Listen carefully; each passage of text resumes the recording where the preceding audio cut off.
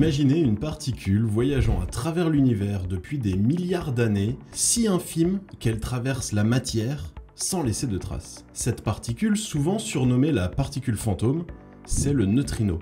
Mercredi dernier, une découverte majeure a été réalisée au fond de la mer Méditerranée. Le neutrino le plus énergique jamais observé a été détecté. D'où vient ce neutrino ? Comment a-t-il voyagé jusqu'à la Terre ? Existe-t-il un risque pour un être vivant qui reçoit cette particule surpuissante ? Pourquoi fabriquer un télescope au fond de la mer ? Penchons-nous aujourd'hui sur un phénomène dont les conséquences sont encore assez méconnues.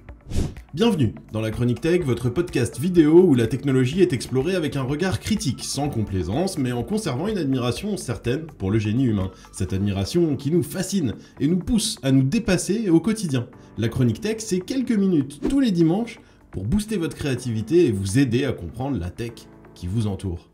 Le 13 février 2023, le détecteur ARCA du KM3net a enregistré un événement sans précédent. Un neutrino d'une énergie estimée à 220 pétaélectrovolts, soit 220 millions de milliards d'électronvolts. Pour mettre cela en perspective, cette énergie est 30 fois supérieure à celle des neutrinos les plus énergétiques détectés précédemment et 10 000 fois plus élevée que les particules produites par le grand collisionneur de hadrons, le fameux LHC du CERN.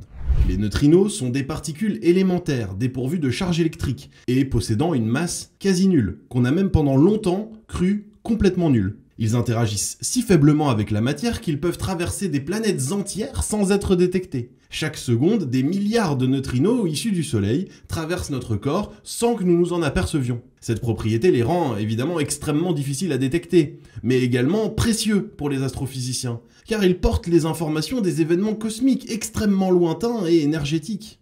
Pour capter ces particules, des détecteurs gigantesques sont nécessaires. Le KM3net, Killer Matter Cube Neutrino Telescope, est l'un d'entre eux, immergé à 3500 mètres de profondeur en mer Méditerranée. Composé de milliers de capteurs de lumière, il scrute les profondeurs marines à la recherche des faibles éclairs bleutés produits lorsqu'un neutrino interagit avec l'eau, phénomène connu sous le nom de radiation de Cherenkov. Cette installation européenne, encore en construction, ambitionne de devenir le plus puissant télescope à neutrinos au monde. Aujourd'hui, il a atteint environ 10% de sa taille finale et il devrait être entièrement terminé en 2030. Pour être tout à fait précis, KM3net est composé de deux télescopes. ARCA est immergé au large des côtes italiennes et mesurera à terme environ 1 km3, d'où le nom KM3net. Il est posé au fond de la Méditerranée à environ 3500 mètres de profondeur et se compose de 230 lignes de détection séparées chacune d'environ 100 mètres de distance. Une ligne de détection est composée d'une ancre qui retient la ligne sur le fond marin, au-dessus de laquelle sont retenus 18 modules optiques pour atteindre une hauteur de 700 mètres depuis le fond marin, soit 2 fois la hauteur de la tour Eiffel. ARCA, le plus grand des deux télescopes, permettra de comprendre les origines des neutrinos issus de l'univers distant, comme celui dont nous parlons aujourd'hui. ORCA, quant à lui, est de taille beaucoup plus restreinte, mais il permet d'analyser avec plus de précision les caractéristiques des neutrinos. Il est immergé au large des côtes françaises et ses lignes de détection sont espacées, elles, d'environ 20 mètres et mesurent environ 200 mètres de hauteur.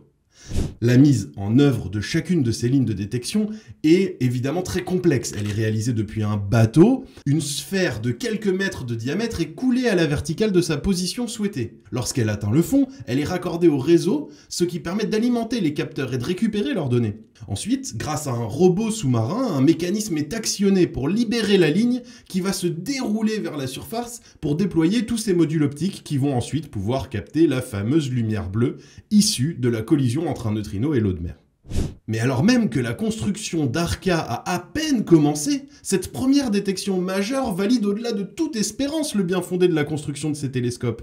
Même si l'origine de ce neutrino ultra-énergétique reste incertaine, les scientifiques estiment qu'il provient de l'extérieur de notre galaxie, la Voie lactée.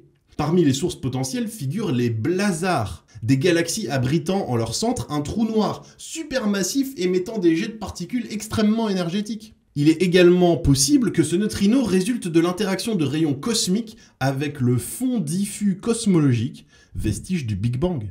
Quelle que soit sa provenance, ce neutrino agit comme un messager cosmique, offrant aux scientifiques un aperçu des processus les plus énergétiques de l'univers. L'homme est habitué au danger de l'énergie, mais contrairement aux radiations ionisantes qui altèrent l'ADN ou aux particules cosmiques qui bombardent en permanence l'atmosphère terrestre, les neutrinos ne représentent, a priori, aucun danger direct pour l'être humain. Ces messagers fantomatiques traversent notre corps, nos villes, nos planètes, sans laisser de traces, comme s'ils étaient indifférents à la matière elle-même.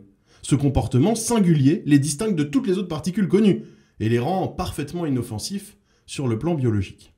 S'il n'y a donc pas de crainte médicale, cette détection ouvre en revanche de nouvelles perspectives pour l'astronomie des neutrinos. Elle suggère que des phénomènes encore inconnus pourraient produire des particules d'énergie bien supérieures à ce que les modèles actuels prévoient. Comme l'écrivait le physicien et prix Nobel Richard Feynman, la science est l'organisation de la connaissance de manière à ce qu'elle puisse être mise à l'épreuve, et à l'épreuve de l'erreur.